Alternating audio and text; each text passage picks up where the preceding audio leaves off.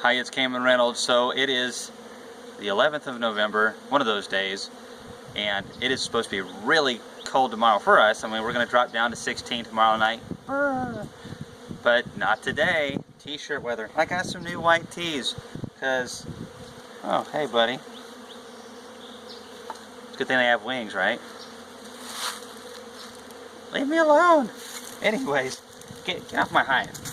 Alright, so let's get into this colony right here. It's kind of similar to our other TDN over there, which stands for Tennessee, wait, I can't remember what the names are. Temporary double nucleus. That's a little too confusing. Let's call them TDNs. So, and the reason we call them that is because these deep boxes can still be used as a regular deep box later. Look at that, there's a yellow jacket right there. I've been seeing several around the hive entrances. We don't worry about yellow jackets around here. There's thousands of them around, but if the colonies are healthy, look at them bringing in that Ultra Bee dry sub. They're just bringing in tons of it. But we don't worry about yellow jackets, especially this one because it's now two-dimensional. But as long as your colony is healthy and the entrants are reduced like they need to, but the main thing is our colonies are healthy, so we don't worry about them. But yeah, there's colonies that will be affected by them. But at the point that your colonies are being greatly affected by yellow jackets, you already have some other major issues going on. There's a lot of really bad information circulating around that wax moths, yellow jackets, and other things are causing fall colonies to abscond. I've been seeing it going around Facebook. It's ridiculous. I'm not trying to be mean, but if your bees are absconding, it is not because yellow jackets. It's not because the wax moths made them do it. It's because other things cause that to happen, and those guys are just the cleanup crew, basically. Alright, enough preaching. It's time to get to the meat and potatoes of today. Alright, now check this out. We did this a little bit differently. And we got a couple yellow jackets, and I think one bee in one of these jars, unfortunately. But they get inside the tanks sometimes. Very, very few bees, but we did get a couple in this last one. And we've been feeding like crazy to these colonies. You can see we just have some 3/4 inch blocks here. We got the double bubble right here, and we just got a couple boxes on top and another yellow jacket that is no longer. It's really a mercy because they're fixing to freeze to death tomorrow night. Alright, and these are just a couple old boxes right here, so let's get down in here and see what we have. Of course, there's two colonies down in here. I'm going to do it without smoke so we can kind of see what they look like before we drive them down. Small hive beetle. Woohoo!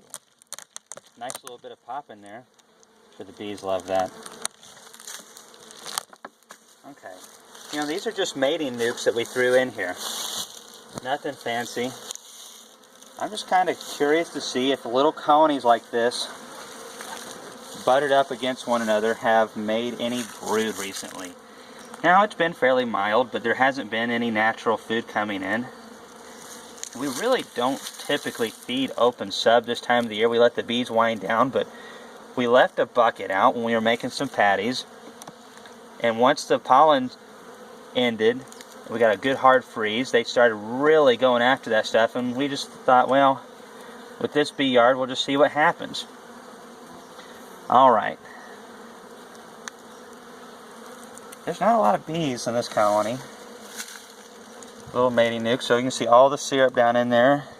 That's a good bit. There's just a tiny bit of brood over here. Not a whole lot of bees. I am very curious to see if this one on the left side will make it. This will be an interesting experiment. I've never overwintered this small of a colony in something like this. Alright, it's about time for this apivar strip to come on out of here anyways. Got that out. And there's a little bit more brood right there. So there is a little bit of brood here in the middle of November. I see some eggs in some of the empty cells. But nothing significant. But keep in mind, this is a very small colony.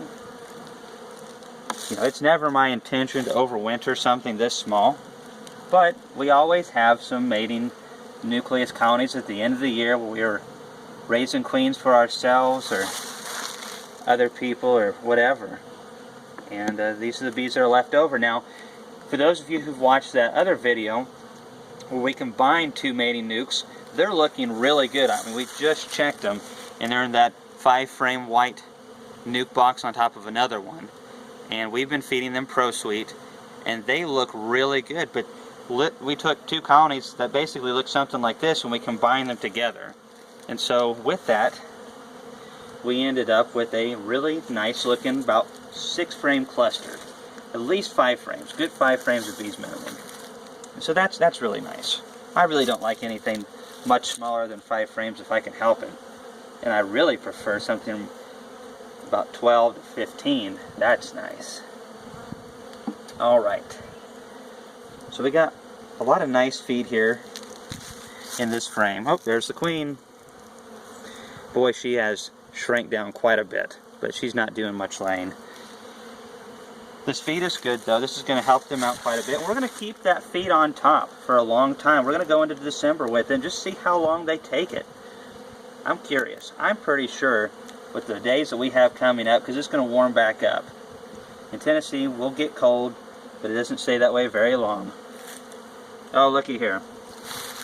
Look at these powdered bees where they've been hitting that Ultra bee. There's a decent bit of brood in this colony for this time of the year and how small it is.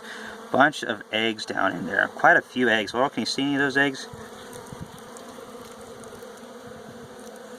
Sliding good enough.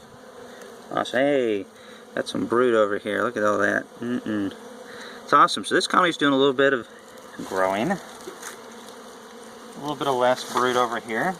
Let me get this ape of our strip out of this one as well. Try not to touch those things because it's not good for you to do so. You need to wear gloves.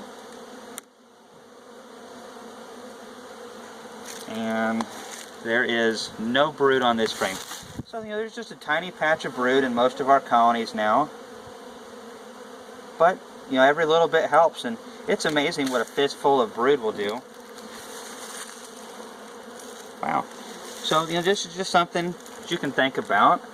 I really think bigger colonies are better. It would have been more ideal if each one of these little colonies had at least one more frame of bee coverage. But I think here in Tennessee, these are going to overwinter. That one, maybe not, but I think they will, especially since they have their buddies over here kind of helping them out a little bit.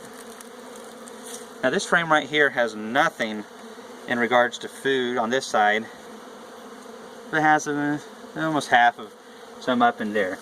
Keep in mind we're still feeding them some Pro Sweet, and it really bulks up the colonies fast. I've really enjoyed using it this year. We get that in Clarkson, Kentucky. The fine folks up there at Walter T. Kelly. Now I don't think you have to have it up like this, but it just, I find that it really helps them take it down quicker because they can get more bees in there.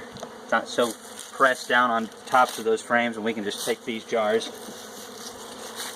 and just invert them like so, and there's no reason you couldn't have a different feeding system in here. Alright, so anyways, we will check on this colony, probably not again until sometime around March. At that point they should have a pretty good bit of brood if they're doing well. So there's a lot of stuff going on here, a lot of little experiments. We'll be keeping you up to date. We're going to be doing something probably in the next week on that really high mite load colony and just seeing how they're doing. The mite levels are pretty much non-existent at this point.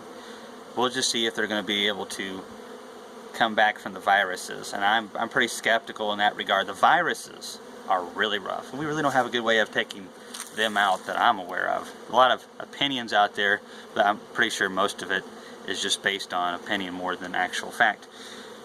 Anyways, thanks for watching the videos. If you have any comments or questions about the shenanigans that we're doing with our bees, leave them below.